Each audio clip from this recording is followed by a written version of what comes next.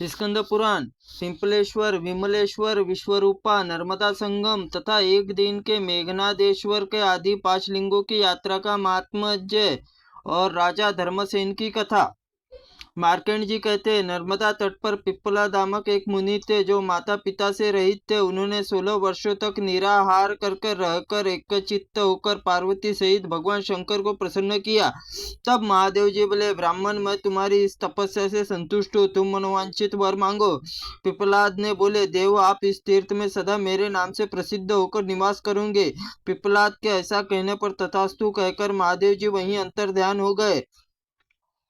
उनके चले जाने पर पिप्पलाद ने नर्मदा महाजल राशि में स्नान किया और भगवान शिव की स्थापना करके उत्तर पर्वत में चले गए।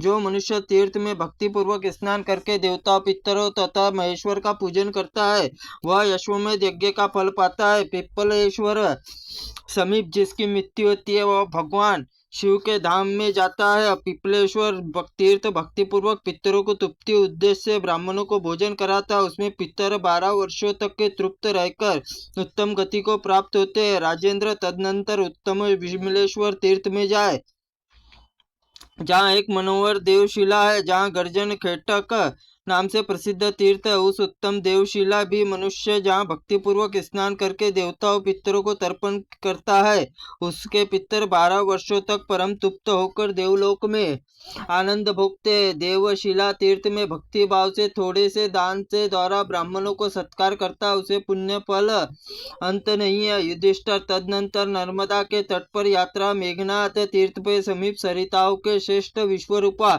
नदी बहती है। एक समय नर्मदा तट पर विराजमान होकर भगवान शंकर तपस्या करते हुए विश्वरूप हो गए। तब उन्हीं के शरीर सरिताओं में श्रेष्ठ विश्वरूपा प्रकट हुई, नर्मदा जल पाकर मिल गई। दोनों संगम बड़ा गुणवान था। जो मनुष्य तीर्थ में जाकर स्नान करता है वह इस संसार में जन्म नहीं लेता। वहाँ जो कर्म किया जाता है सब अक्षय होता है। उसी तीर्थ में किया हुआ श्राद्ध, यज्ञ, शिव पूजन कोटि गुना फल देने वाला होता है। वहाँ 5 शिवलिंग है, प्रसिद्ध है, मेघनादेश्वर, गोटेश्वर, बागेश्वर, काकड़ेश्वर और लक्षेश्वर।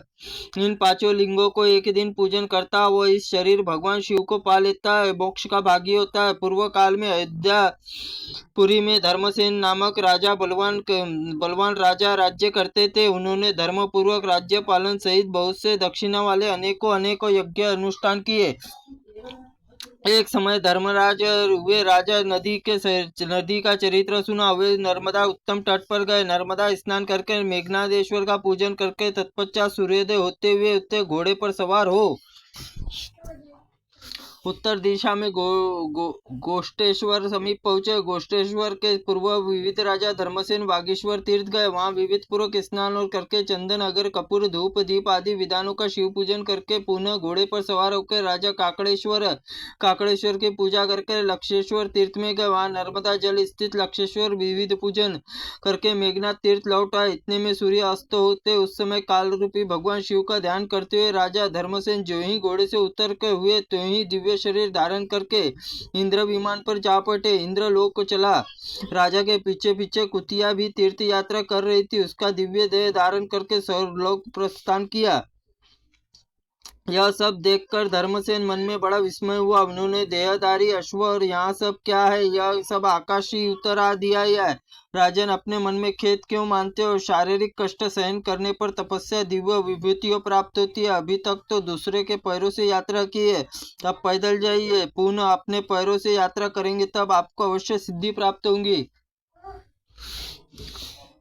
यह सुनकर राजा ने दूसरे दिन पुनः लिंग पूजन के लिए प्रस्थान किया। उन 5 लिंगों का पूजन नर्मदा तट आकर उन्होंने मेघनादेश्वर दर्शन करके द्वार उन्हीं पे भगवान शिव दर्शन हुआ। उन्हें 5 मुख, 10 भुजाएं, प्रत्येक मुख पर 3-3 नेत्र, हाथ त्रिशूल शोभा पा रहे थे। भगवान के गर्भ धारण करने के भगवान शिव के वृषभ पर आरूढ़ थे। वे मस्तक पर अर्धचंद्र मुकुट चांदनी चिटका रही थी। देवेश्वर परमेश्वर दर्शन करके इस प्रकार स्तुति करके, देव महादेव आपकी जय हो। महापातकों का नाश करने वाले, मैं संसार समुद्र में डूबा हूँ, आप मेरा उद्धार कीजिए। महादेव जी बोले, महाभाग, तुम मेरे भक्त हो, अतः तुम्हारे मन में जो इच्छा हो उसके लिए अनुसार वर मांगो।